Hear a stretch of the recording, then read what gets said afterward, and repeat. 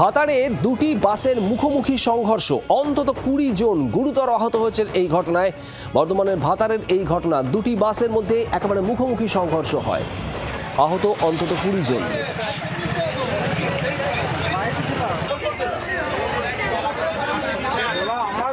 বাসের মধ্যেই চালক আটকে পড়েন, সেই ছবি আপনারা দেখছেন। চালককে বের করতে একেবারে রীতিমতো হিমশিম খেতে হয়। দুটি বাস একেবারে মুখোমুখি এসে যায়, মুখোমুখি সংঘর্ষে অন্তত 20 জন যাত্রী গুরুতর জখম হয়েছেন।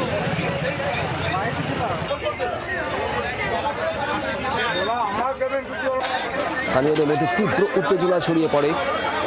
স্থানীয়রাই উদ্ধার কাজে হাত লাগান। বাস দুটিকে সরিয়ে যাত্রীদের উদ্ধার করে হাসপাতালে পাঠানো হয়। বেশ কিছুক্ষণ আটকে ছিলেন চালক বাসের মধ্যেই। মেডিকেল কলেজে চেক আপের পর আমরা বাড়ি ফিরছিলাম। বাড়ি ফেরার পথে ভাতারে কীভাবে অ্যাক্সিডেন্ট হয়েছে আমি বলতে পারছি না। পড়ে যাওয়ার পর আমি ফোনে কথা বলছিলাম, ফোনটা আমার হারিয়ে গিয়েছে। আমার ভাইয়ের মাথা ফেটে গিয়েছে, আর এই ঠোঁটটা ফেটে গেছে, আমার গালটা নাকটা ফেটেছে। সামনে থেকে একটা বাস এসে, হয়তো বাস হোক লরি হোক কিছু হোক, এসে ধাক্কা দিয়েছে। আর আমাদের বাসটা কীভাবে পড়েছে আমি জানি না, আমার দুজনে উল্টে পড়ে গেছে। আমার ফেটেছে আমি কিছু বুঝতে পারি না।